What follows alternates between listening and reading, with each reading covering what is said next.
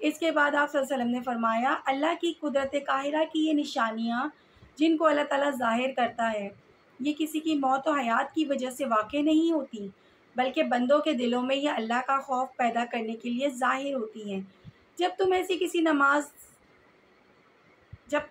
کسی چیز کو دیکھو تو فکر اور خوف کے ساتھ اس کی طرف متوجہ ہو جاؤ، اس کو یاد کرو اور دعا و استغفار کرو۔ صحیح بخاری و صحیح مسلم۔ حضرت کبیتہ ہلالی رضی اللہ عنہا سے روایت ہے، رسول اکرم صلی اللہ علیہ وسلم کے زمانے میں سورج کو گرہن لگا تو رسول اکرم صلی اللہ علیہ وسلم گھبرائے ہوئے باہر تشریف لائے، اور اس گھبراہٹ کی وجہ سے آپ صلی اللہ علیہ وسلم کا حال یہ تھا کہ اپنی چادر اچھی طرح اوڑھ بھی نہ سکے، بلکہ آپ صلی اللہ علیہ وسلم کی چادر زمین پر گھسٹ رہی تھی۔ میں اس دن مدینے میں آپ صلی اللہ علیہ وسلم کے ساتھ تھا۔ آپ صلی اللہ علیہ وسلم نے 2 رکعت نماز پڑھی اور اس میں بہت طویل قیام کیا۔ پھر آپ صلی اللہ علیہ وسلم نماز سے فارغ ہوئے اور آفتاب کسی اثنا میں معمول کے مطابق روشن ہو گیا تو آپ صلی اللہ علیہ وسلم نے لوگوں سے خطاب کرتے ہوئے فرمایا ان نشانیوں کا مقصد یہ ہے کہ لوگوں کے دلوں میں اللہ کا خوف پیدا ہو اور وہ مصیبتوں سے بچ جائیں، لہٰذا جب تم ایسی نشانیاں دیکھو تو اس طرح نماز پڑھو جیسی فرض نماز تم نے ابھی تھوڑی دیر پہلے پڑھی تھی، یعنی فجر کی نماز کی طرح 2 رکعت نماز کسوف کے وقت بھی پڑھی جائے۔ سنن ابی داؤد اور سنن نسائی۔ حضرت عبد الرحمن بن سمرہ سے روایت ہے، وہ بیان فرماتے ہیں میں ایک دن رسول اکرم صلی اللہ علیہ وسلم کی حیات طیبہ میں اپنے تیروں سے تیر اندازی اور نشانہ بازی کر رہا تھا کہ اچانک آفتاب کو گرہن لگ گیا۔ میں نے اپنے تیر وہیں چھوڑ دیے اور اپنے جی میں کہا کہ میں ابھی چل کر دیکھوں گا کہ کہیں سورج گرہن کے اس وقت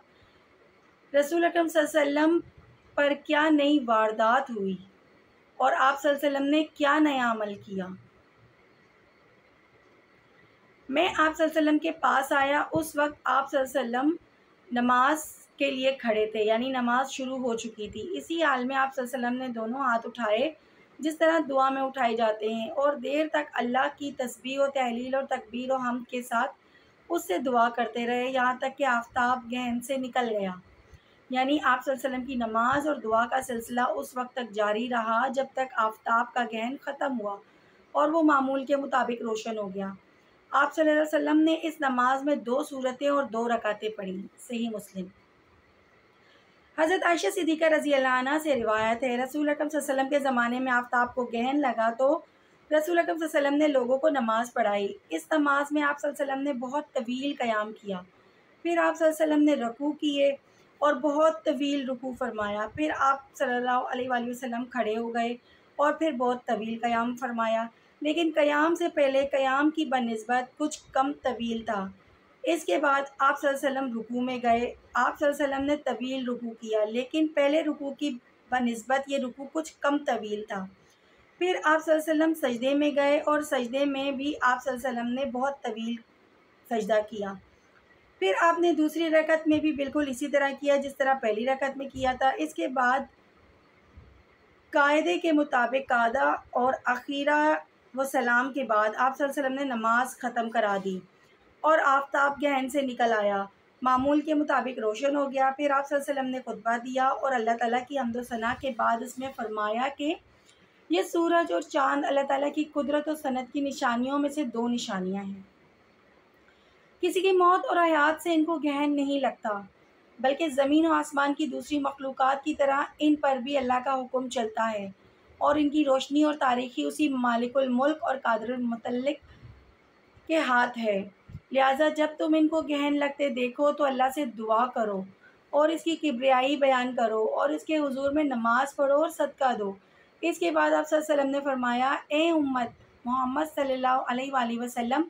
کسی غلام یا باندی کی بدکاری سے کسی کو اتنی ناگواری نہیں ہوتی جتنی ناگواری اللہ تعالیٰ کو اپنے بندے یا بندی کی بدکاری سے ہوتی ہے، اس لیے اس کے قہر و جلال سے ڈرو اور ہر قسم کی بدکاری و معصیت سے بچو۔ اے محمد کی امت، قسم ہے اللہ کی، اگر اللہ کے قہر و جلال کے بارے میں تم وہ جانتے جو میں جانتا ہوں تو تم بہت کم ہنستے اور بہت زیادہ روتے۔ اس کے بعد آپ صلی اللہ علیہ وسلم نے فرمایا خبردار، میں نے بات پوری طرح پہنچا دی اور اپنا فرض ادا کر دیا۔ صحیح بخاری و صحیح مسلم۔ نماز کسوف کا واقعہ چونکہ غیر معمولی قسم کا واقعہ تھا اور آپ صلی اللہ علیہ وسلم نے یہ نماز بھی غیر معمولی طرح سے پڑھی تھی، اس لیے بہت سے صحابہ نے اس کو روایت کیا ہے۔ یہاں صرف 5 صحابیوں کی روایتیں نقل کی گئی ہیں۔ ایک بات جو ان میں سے اکثر حدیثوں سے مشترکہ طور پر معلوم ہوتی ہے کہ صحابہ کے لیے یہ نماز نئی سی بات تھی اور انہوں نے اس سے پہلے کبھی کسوف کی نماز نہیں پڑھی تھی، اور یہ بات بھی روایت کی صراحتاً موجود ہے کہ یہ کسوف اسی دن ہوا جس دن آپ کے شیر خوار صاحبزادے ابراہیم کا انتقال ہوا تھا، اور محدثین کا اس پر قریب اتفاق ہے کہ ان کا انتقال 10 ہجری میں ہوا، یعنی رسول اکرم صلی اللہ علیہ وسلم کی وفات سے چند ہی مہینہ پہلے۔ اس طرح یہ بات متعین ہو جاتی ہے کہ رسول اکرم صلی اللہ علیہ وسلم نے کسوف کی نماز بس ایک ہی دفعہ پڑھی ہے، جس کا ان حدیث میں ذکر ہے۔ چاند گرہن کے وقت بھی نماز پڑھنے کا حکم ان حدیث میں صاف موجود ہے، لیکن کسی صحیح حدیث سے یہ معلوم نہیں ہوتا کہ رسول اکرم صلی اللہ علیہ وسلم نے کبھی چاند گرہن کے وقت بھی نماز پڑھی۔ غالباً اس کی وجہ یہ ہے کہ اللہ تعالیٰ کی طرف سے اس نماز کا حکم آپ صلی اللہ علیہ وآلہ وسلم کو اس کسوف ہی کے موقع پر ملا، اور اس کے بعد جو چند مہینے آپ صلی اللہ علیہ وسلم اس دنیا میں رونق افروز رہے ان میں چاند گرہن کی نوبت ہی نہ آئی، واللہ عالم۔ یہ نماز آپ صلی اللہ علیہ وسلم نے بہت غیر معمولی کیفیات کے ساتھ پڑھی، حالانکہ جماعت کے ساتھ اتنی طویل نماز پڑھنا آپ کی عادت مبارکہ نہ تھی،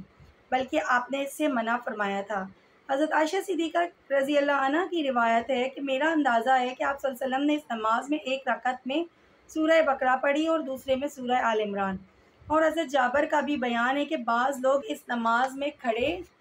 نہیں رہ سکے بلکہ گر پڑے، اور بعض روایت میں ہے کہ اس نماز میں بہت سے لوگ بے ہوش ہو گئے، ان کے سروں پہ پانی ڈالا گیا۔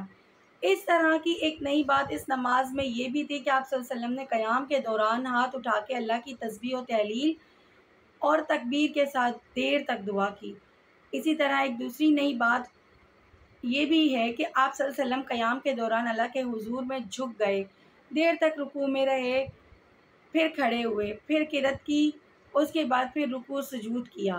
اور بعض روایات کے مطابق قیام کے دوران صرف ایک دفعہ نہیں بلکہ کئی دفعہ آپ اس طرح رکوع میں گئے۔ بعض روایت میں یہ بھی ہے کہ آپ صلی اللہ علیہ وسلم اس نماز کے دوران ایک دفعہ پیچھے کی جانب ہٹے اور پھر آگے بڑھے، اور آپ صلی اللہ علیہ وسلم نے ایک دفعہ ہاتھ آگے بڑھایا جس طرح کسی چیز کو لینے اور پکڑنے کے لیے ہاتھ بڑھایا جاتا ہے، اور پھر خطبے میں آپ صلی اللہ علیہ وسلم نے بتایا کہ اس وقت آپ صلی اللہ علیہ وسلم کے سامنے عالم غیب کے بہت سے حقائق منظر عام پر آ گئے تھے۔ آپ صلی اللہ علیہ وسلم نے جنت اور دوزخ کو اپنے سامنے دیکھا اور دوزخ میں عذاب کے نہایت ہیبت ناک اور لرزہ خیز مناظر دیکھے، اور وہ دیکھا جو کبھی پہلے نہیں دیکھا تھا۔ یہ بات بہت قریب قیاس ہے کہ اس نماز میں جو غیر معمولی باتیں آپ صلی اللہ علیہ وسلم سے ظہور میں آئیں، مثلاً آپ صلی اللہ علیہ وسلم کا دوران نماز ہاتھ اٹھا کر دیر تک دعا کرنا، دوران قیام و قرات میں بار بار اللہ کے حضور میں جھک جانا، کبھی پیچھے ہٹنا، کبھی آگے بڑھنا اور کبھی اپنے ہاتھ کو آگے بڑھانا، یہ سب ان غیبی مشاہدات کی وجہ سے ہوا۔ ٹھیک آپ صلی اللہ علیہ وسلم کے صاحبزادے کی وفات کے دن سورج کو گرہن لگنا اور آپ صلی اللہ علیہ وسلم کا خطبے میں پورے زور و قوت کے ساتھ یہ اعلان فرمانا کہ اس گرہن کا میرے گھر کے اس حادثے سے کوئی تعلق نہیں، اور ایسا سمجھنا غلط فہمی اور توہم پرستی ہے۔ رسول اکرم صلی اللہ علیہ وآلہ وسلم کی صداقت اور بیلوسی کی ایسی دلیل ہے کہ جو بڑے بڑے منکر کو متاثر کرتی ہے، بشرط یہ کہ اس کا دل بالکل ہی مردہ نہ ہو۔ نبی پاک صلی اللہ علیہ وآلہ وسلم نے اپنے طرز عمل سے ہمیں یہ سکھایا کہ نماز کسوف سورج گرہن کے وقت پڑھنی چاہیے۔ جب سورج کو گرہن لگتا ہے تو ہمیں اس وقت یہ نماز پڑھنی چاہیے، اور اس وقت تک پڑھنی چاہیے جب تک کہ وہ گرہن ہٹ نہ جائے، یعنی اس نماز کا دورانیہ اتنا طویل ہو۔ اللہ پاک سے دعا ہے کہ اللہ پاک آپ کو اور مجھے ان تمام چھوٹی چھوٹی سنتوں پر عمل کرنے کی توفیق عطا فرمائے۔ اپنی خاص دعاؤں میں مجھے بھی یاد رکھیے گا، میرے لیے بھی بہت بہت دعا کیجیے گا، میرے چینل کو سبسکرائب کرتے رہیے، مجھے آپ کے سپورٹ کی بہت ضرورت ہے۔ اللہ حافظ۔